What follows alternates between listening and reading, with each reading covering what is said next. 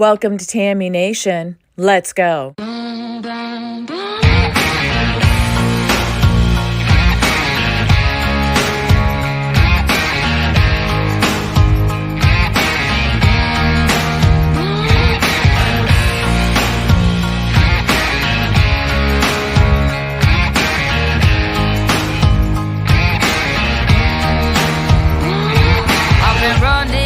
From 9 to 5, been biting my tongue for all this time. Won't let anyone cut me short.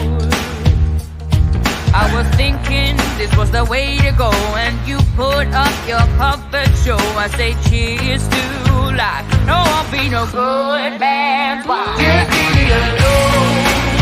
I'm running the show. I'm telling you, it's my time to rise up. Live the life I'm proud.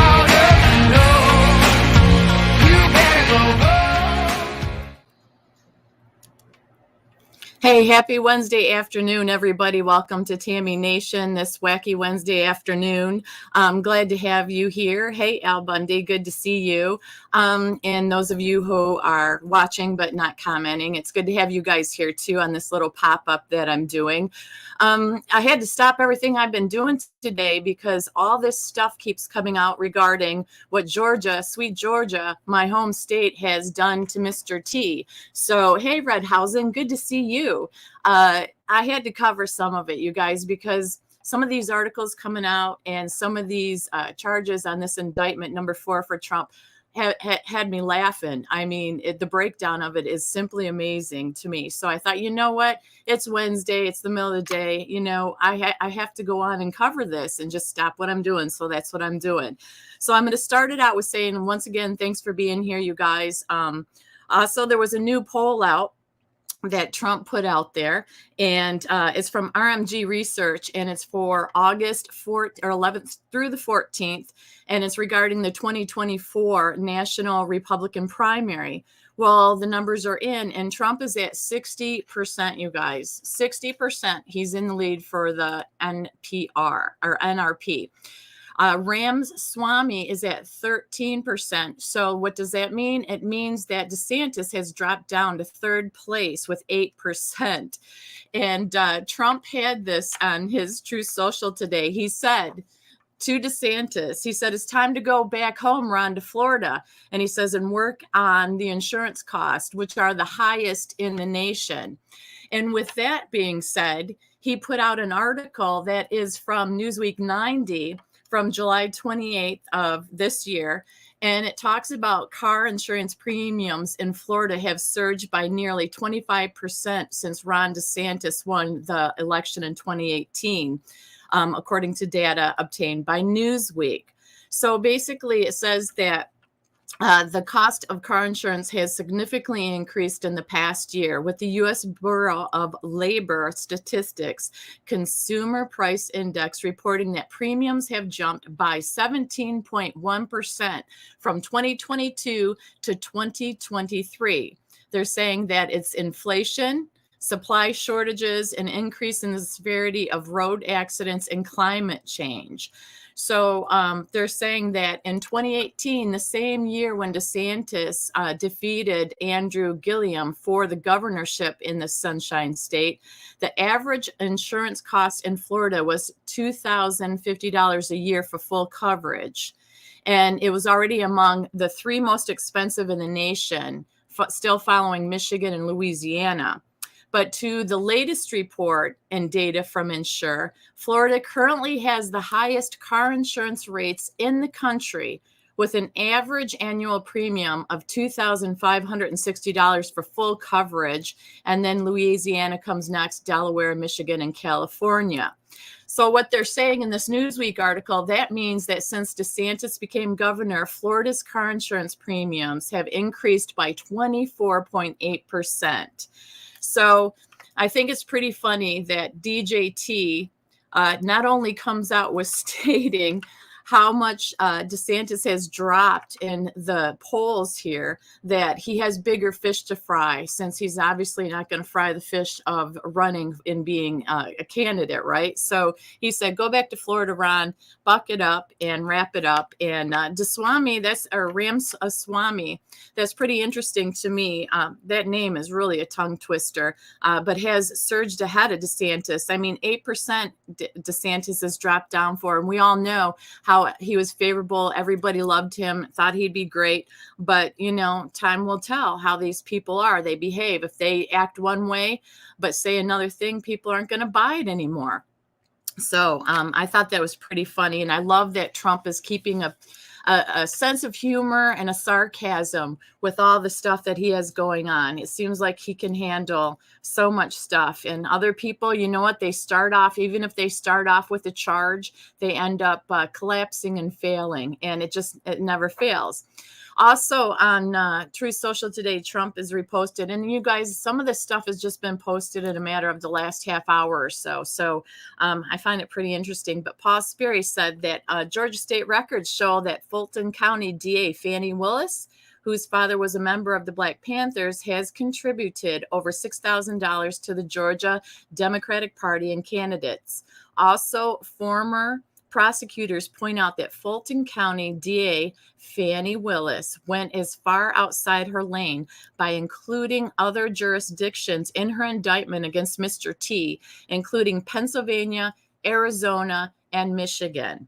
So legal watchdogs are calling her indictment a clumsy overreach that fails to provide proof President Trump knowingly agreed to facilitate a RICO scheme or conspiracy, and criminalizes Trump tweets, his phone calls to his VP, and even drafting and delivery of the POTUS speeches.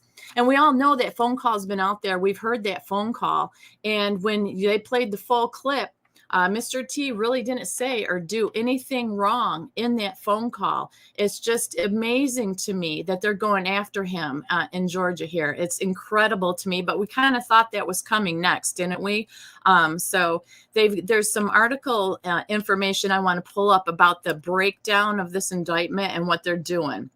Oreo says property tax as well as homeowners insurance is insane. From what I hear from other people, I'm a renter in the Tampa area and the rent prices are insane. See, so this is how we spread information, factual information from people on the ground, people that are living the situation. So thanks for sharing that with us, Oreo. So what's DeSantis doing? What happened? He flipped. People say he flipped. So, he became a sellout. So we'll find out. But obviously there's a lot more for him to take care of in his state of Florida, because remember, everybody was running there. They thought he was the golden boy. He came out of obscurity because of Trump's endorsement, Trump promoting him, and then he flipped on him. So, this is the just cause, and this is what happens. You cannot, in this climate, in this temperature, say one thing and then your actions do another thing, and it's complete opposite, because people are paying attention to what's going on in this world. Nobody is being blind to this anymore. People are paying serious attention. Thank you, Oreo. So let's get to this article. So this is really great. This is from actually what is this from? Oh, the Federalist. And it says, how stupid is the Georgia anti-Trump case? They indicted Trump for tweeting at people to watch TV. So there's a basic rundown that's put out here by a guy named Tristan Justice. And it starts like this. And it says, a local prosecutor in Georgia has become Democrats' latest instrument of election interference, unveiling a fourth round of indictments against Trump Monday night that cites activities like encouraging voters to tune into televised broadcast. So mind you guys, this indictment came down late Monday night, because I was looking at stuff Monday and I didn't see anything. So it popped late Monday night, and I worked yesterday and stuff. So and a little bit today. So I had to play catch up here before I put this out here. Anyways, it says after hours after the Atlanta prosecutors prematurely uploaded the Trump indictments to an official government website, the Fulton County District Attorney's Office secured the long-sought charges against the Republican frontrunner 15 months before the next election. Fani Willis successfully indicted 19 total defendants she plans to bring to trial together, with 13 additional counts from Georgia prosecutors over objections to 2020. Trump's now faced with 91 charges. So it's 91 charges, you guys. And we know that he's leading the race for the Republican nomination. 60% is what he's up to now. So it seems like the more that comes against him, the higher his numbers go. And the truth is coming out as far as who people are supporting. So those now facing charges along with Trump include Chief of Staff, former Chief of Staff Mark Meadows, and Rudy Giuliani. So they're asking for phone numbers is conspiracy. So the Fulton County prosecutor indicted Meadows because soliciting phone numbers from a pair of Pennsylvania lawmakers when Meadows sent a text message to United States Representative Scott Perry from Pennsylvania and stated, "Can you send me the number for the speaker and the leader of PA legislature? POTUS wants to chat with them." So the indictment reads that was an overt act in furtherance of the conspiracy theory. So basically, asking for phone numbers is a criminal conspiracy, they're saying. Also, encouraging voters to watch television is a conspiracy. So Act 22 in the indictment cited that Trump was charged with conspiracy for encouraging supporters to watch hearings broadcast on One American News Network. The Georgia hearings now on One American News Network. Amazing, the president tweeted.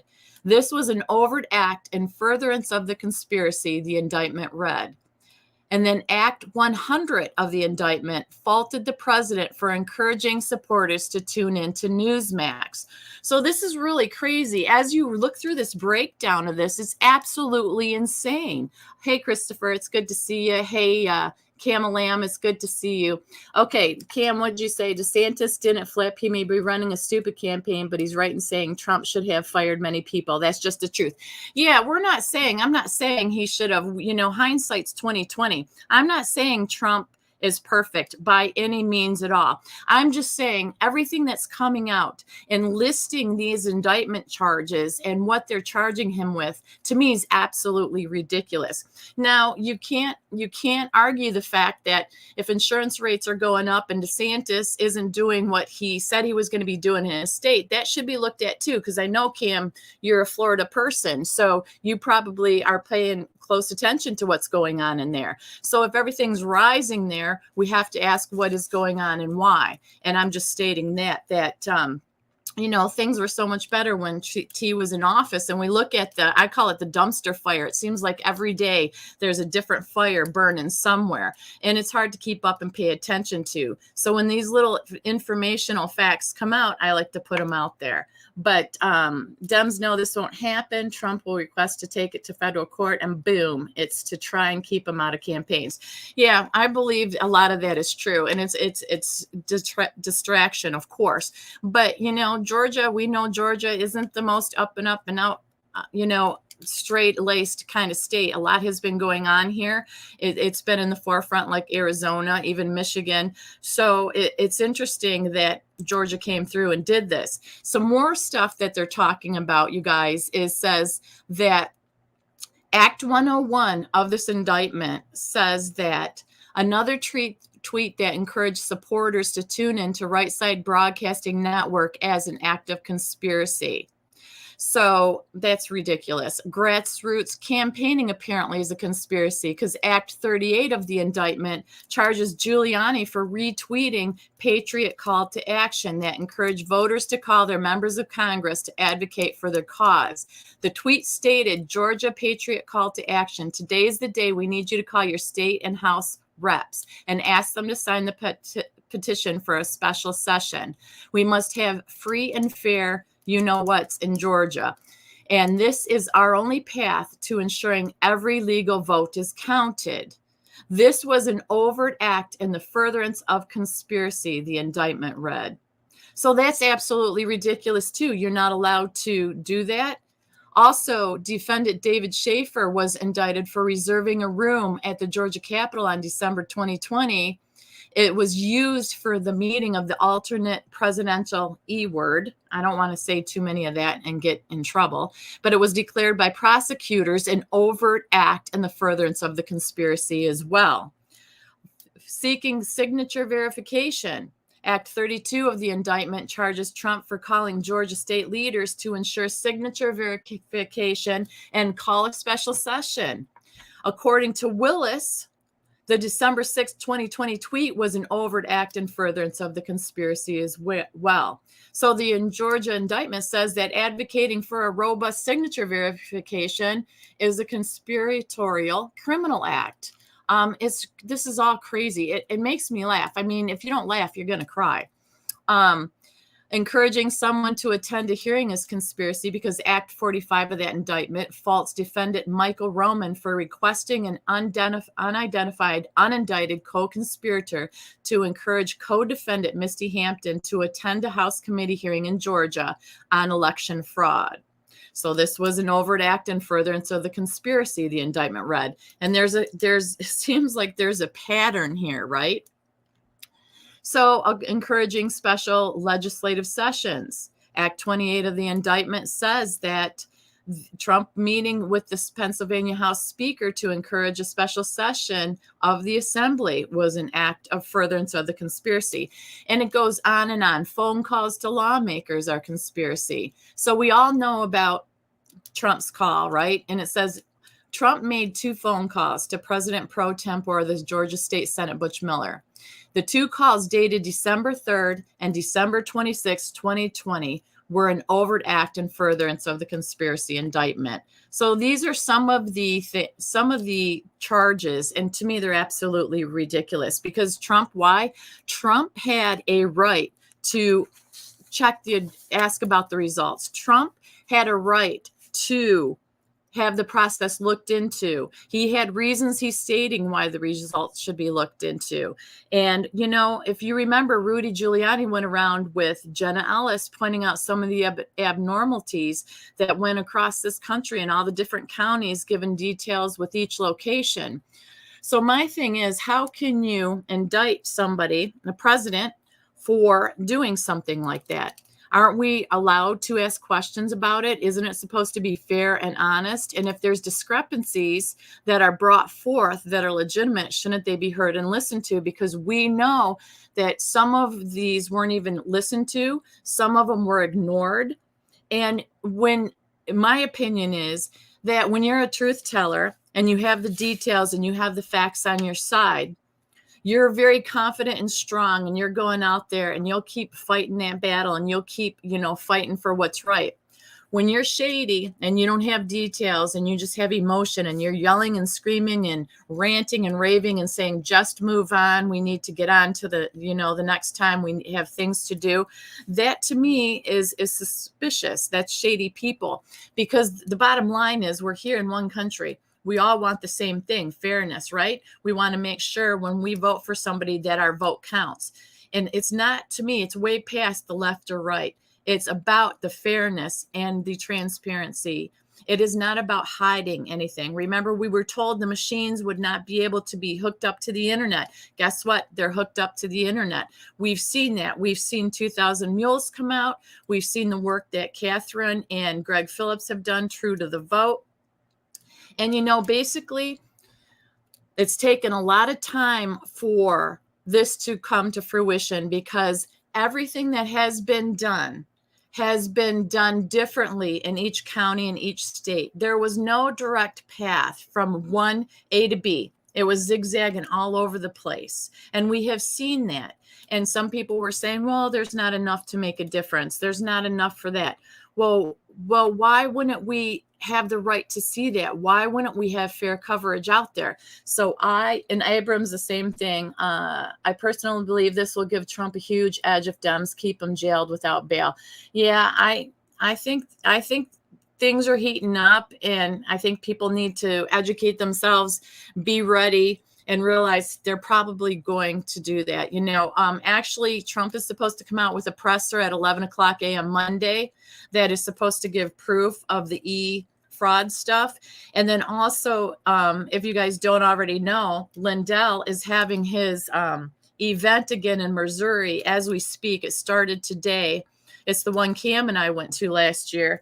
And it is the election something or other. I forget the name of it. But he said today, I watched the opening today with Lindell. And he was making some sense, because we know Lindell's been all over this. People laughed at him. He's put all these symposiums out there. He's put everything out there on frankspeech.com, but people don't want to pay attention, or people are bored, or people are saying, nothing ever happens, blah, blah, blah. Well, we have to fix this, because if we don't fix this, we've lost the country, because these machines also, not only are they on the internet, we have affiliations with Venezuela and China with all this. And if you ask me, they're not very secure partners. They're not very fair and legit partners, but there's tie-ins to that we have seen.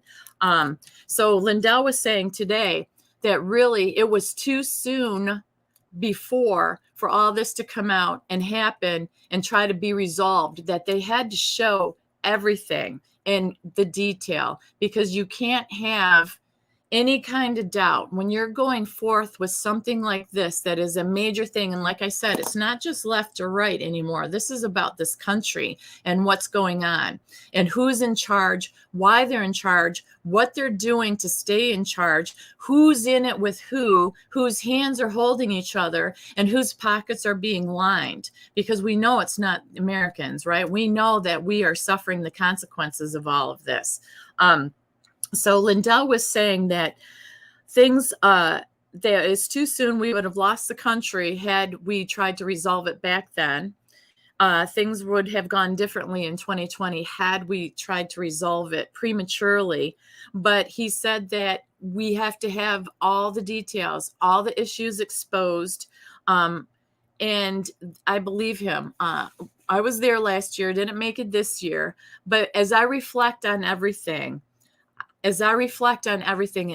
I ask this of you guys too, as we pull back and we look at it a bigger, broader spectrum, and look at everything that has come out, everything we've been through in the last 2 or 3 years, you can start putting together a better picture of what's going on. And even though we might not know the exact details of what's going on, we know enough to know that it's not for our benefit. It's not to keep America, land of the free, home of the brave, and the America that we've known for so long.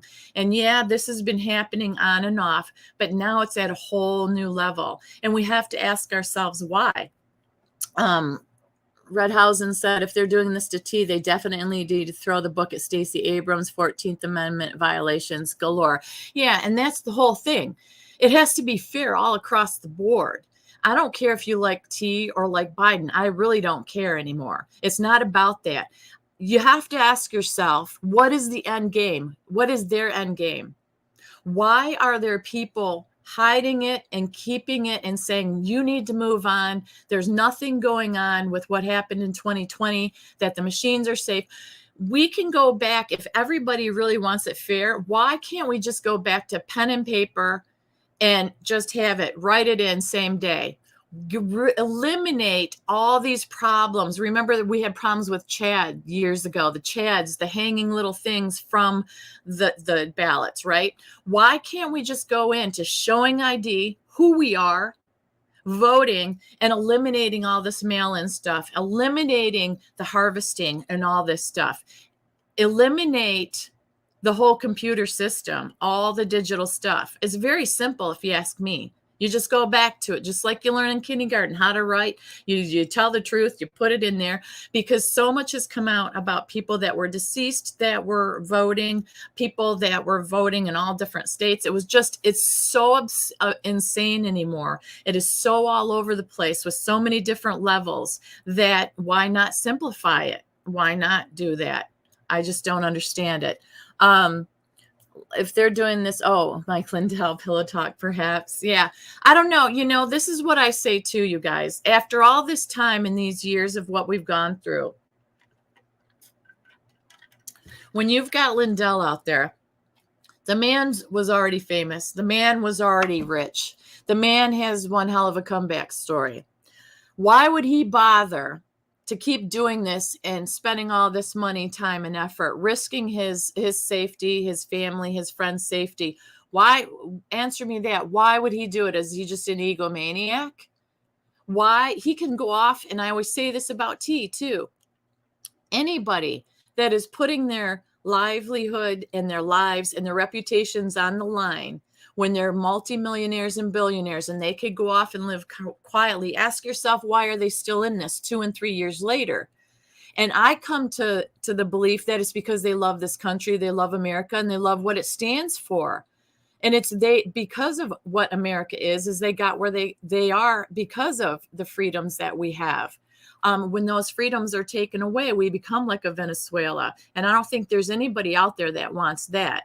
So when you have the Biden family that is going through what they're going through, and it's being sedated, it's being knocked down and pushed aside, you tell me that scale is balanced, and it's not. There's no way that scale is balanced in any way. And it seems like it's getting worse and worse off. We all know what has come out recently about the Biden family, the paperworks, the documentation. We know what Jim Jordan's doing, putting it out there. So it is a battle on both sides. And it's supposed to be exposure. It's supposed to be fairness. And that sounds so simple. But if it's so simple, why isn't it being done? And, you know, Biden, when he got elected, and he's in there, he's saying, you know, I'm going to unify people. We're going to make this country great. We're going to keep it great. We're going to do this and that, blah, blah, blah, blah, blah. Where is the unifying that he promised us? Where is the transparency? Every time he's asked about anything, he turns and runs away from the podium. He was asked about Maui, and he had no comment. He is avoidant. So when somebody is avoidant, or they're shady, in my opinion, he is the leader of the free country, this country, and he has no statements. He's sitting there at the beach taking a vacation and not paying attention to what's going on in this country. And like I said, is it about policies? Is it about the Dems versus the Republicans? I don't think so. I think it's about something more sinister and deeper than that, because this administration keeps selling us out to Ukraine and China. And, you know, remember, Mr. T was the one that was supposed to get us in wars and stuff. He's the one that kept everything calm, because sometimes you need crazy. They call them crazy, right? Sometimes you need crazy so the other countries don't take advantage of our country and don't take care of us. They are fearful because they know this crazy person will come back at their crazy. And look at us now. Look at everything in the shape that we're in. I don't buy it. I think as 2024 gets closer, it's just going to get worse. Things are going to intensify, and we have to keep our wits about us. I don't think now is time to give up. I don't think now is a time to get fatigued. I think now is a time when all these documents are coming out and these charges against Mr. T coming out. I keep saying, make copies of it and give it to the people who still doubt, whose eyes are not open to what's going on in this country. And now's not the time to bury your head in the sand at all, because it's not going to go away. We can lose this country 100%. Lone Wolf, good to see you. I hope you saw my show on forgiveness. I did it the other day. If you haven't catch it, it was dedicated to you. Yeah, I'm no Brandon fan either. You know, this is the whole other thing, you guys. When you compare Trump to Biden, and how Biden behaves and what Biden does compared to Trump. Trump is out there still kicking butt, giving speeches, showing up, trying to unify people, trying to say, hey, we need this and this to happen. We need to pay attention to this. Look at this and what's going on. Biden's not out there doing that. Biden is hiding. I call him Hiding Biden. That's my new nickname for him, Hiding Biden, because with everything that's going on, he's not supplying peace. He's not representing a leader, a strong leader for this country at all. He's not making us feel safe. He's not calming us down at all. He's more worried about sending money over to Ukraine over and over again. He keeps wanting to dump money over there. And my thing is, why are you doing that? We have enough problems here on our own. We have enough problems, and we all know about wars and what they do. We all know what happens with that. We get in there for a long time, not a short time. If we've got billions and trillions to send over there, let's pay attention to what's going on here. Let's fix the machines by eliminating them for 2024, and let's just go to pen and paper. Can we afford pen and paper? What is wrong with having IDs for people? We need IDs to buy alcohol. We need IDs for passports. We need IDs for a lot of things, but we don't need them to elect somebody that's going to be a leader of this country. It makes zero sense. So that's why I say it doesn't matter if it's Trump or Biden. It matters moving forward in this country, what is happening to our systems. And I'm talking school systems. I'm talking the election systems. I'm talking about the attack that is on our children's psyches. I mean, it goes on and on and on. And I'm not a negative Nilly at all, but I'm telling you, looking out there is not a pretty picture. It is not a pretty picture. So we need to join as American citizens and say, what can we do to make it better? What's our part in this? What can we do? Because just getting up and flapping and saying, oh, Trump's a jerk or Biden's a loser, that serves no purpose. We're past the point of finger pointing and name calling. Like I said, 2024 is right around the corner. We need to really just re-energize ourselves, re-put the hope in our lives. Pay attention to the Mike Lindell event that's going on right now, whether you like him or not. He's out there doing it for a reason. Until you can supply me a valid reason why you don't think he's valid, I'm going to at least pay attention to it, because I don't see anybody out there that's doing and being on the forefront like him. You look at Bannon. People call Bannon, Stephen K. Bannon, crazy. He's been indicted. He's been in jail. He's got charges he's facing. Everybody that's surrounding Mr. T has been charged with something, or they're going on the attack. All these 18 people now, the list of the 18 people, I'll go through them real quick, that are being indicted with him. You have to ask yourself why. And you know what? Like I said the other day on my show, why is Mike Pence not, he was involved in all this stuff at the time. Why is he just got a clean slate? He's just running free like there's nothing can touch that man. That's a little suspicious to me. A little suspicious. Yeah, Oreo. Biden might as well ship the printing press. That's 100%. 100%. Redhausen says the Hawaiians will still vote for him, even though he's pretty much gives them the bird. Yeah, I don't know. I've seen some stuff come out from Maui, and the people are really upset. They're saying, they have no idea what they're doing. When the islanders are like a big family, we stick together. And when we stick together, there's nothing that come against us. Because I saw something today, and it came out that said the government's going to step in, that their governor is saying the government's going to step in and start buying up the properties. And then I heard that they were offered 700, some of these people that have lost everything, they're being offered $700 for everything they've lost.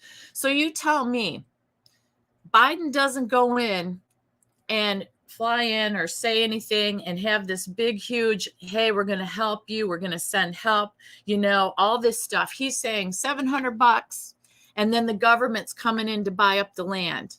You tell me that that's taking care of Maui, when people have lost everything, the lives of friends and family. There's no escape. It's crazy to me. And then I got on a thought with myself, and I thought, this is so sad and horrible. Why wasn't there an escape route? Why wasn't there ships there, or a plan in effect that should, God forbid, a catastrophe happen like it did? Why wasn't there a way to get people out and off? Like, when people are on an island like that, you hope nothing bad happens, but it can. And it's just, the more I see on it, the more devastation. It is just wiped out. And my heart bleeds for these people that have lost loved ones and everything that they own. So when our president comes in and says $700 or the government's going to buy up your land, that is not a solution at all. And it's just sickening to me. So we definitely have to make changes. We definitely have to do that. And we have to be able to have conversations with each other and be able to understand people are going to have differences of opinion here and there. Little things will be different, but we all want the same thing. We all want to be able to afford food, to have vacations with family and friends, and to live a happy life. We don't want what is going on to continue. That is not life. That is not happiness. Things will happen in life, yes, but I don't think it's ever been as bad as it's been. And it's like they're attacking from all different sides. Like I said, it's the American and the mindful psyche on children, on parents, on relationships, on religion. It goes on and on. There's just a bunch of like bombs coming at us every way, shape, or form. And we have two choices. We either curl up in a ball and give up, or we fight. And I think that now's the time to garner the strength towards the end here to fight. And when I say fight, I mean do what we can in our communities. And I don't care if that's emotional support for somebody. I don't care if that's something you can do in the schools. I don't care if it's calling your local government officials, or if it's attending a rally, attending a parade, attending an event. I don't care if it's printing or passing out flyers.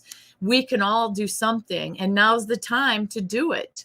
If we don't do it now, it's lost. After 2024, it's going to be lost. And, it's not fear mongering, it's the truth, because I don't see how we come out of this in better shape if we don't have the right people in our offices and leading us and holding our representatives accountable 100%. Pence is a petty fly. And where is Barry Soetoro? I don't know that. Yeah. I mean, it goes on and on. There's a few people out there that are fighting the good fight. And like I said, people got fatigued for a while. I got fatigued, definitely. And I didn't mean I give up. I still attended events here in Georgia. I still was paying attention. I just wasn't going on and haven't been going on because I've been trying to live and enjoy summer. It's been great weather. I just feel like, the crunch is coming in, and it now is going to be the time that, you have to re-energize and really pay attention. That I was having a little lull for a little while, like most people, just trying to get out there and, regain my footing. And participate in life again instead of being in front of the computer paying attention all the time. But I'll tell you what, that aspect also, getting out there and being amongst people again, will give you a feel of the climate, of the temperature that's out there. Not what you're just being told, not what you're reading, not just some pictures you're seeing on YouTube or on your phone on different social platforms. Getting out there, talking to people in your area and talking to people and having that socialization again is beneficial to your psyche. Being cooped up in your home is not a good thing for a long period of time. Being avoidance of conversations, just having that eye-to-eye contact or that friendly, hey, how are you doing today, is very refreshing. And it does a world of good. It really does. Now let me go over real quick, you guys, the 18 people that are being charged with Trump. You might know most of them, but if you haven't heard, Mark Meadows, of course, that he's being indicted. He says that last year Meadows was ordered by the judge to speak before the Georgia special grand jury ahead of J6. Okay. He joked about false claims of a voter fraud via votes cast by dead people, according to the Washington Post.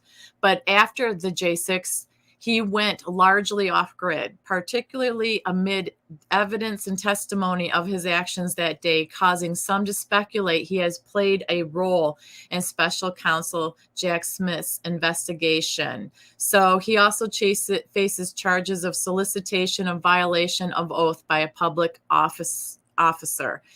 Then Trump's attorney, John Eastman, allegedly used to try to overturn 2020, that John Eastman has supposedly engineered the legal strategy to do that. And Kenneth Cheesebrower, they said, is a key coordinator of the fake electors plan.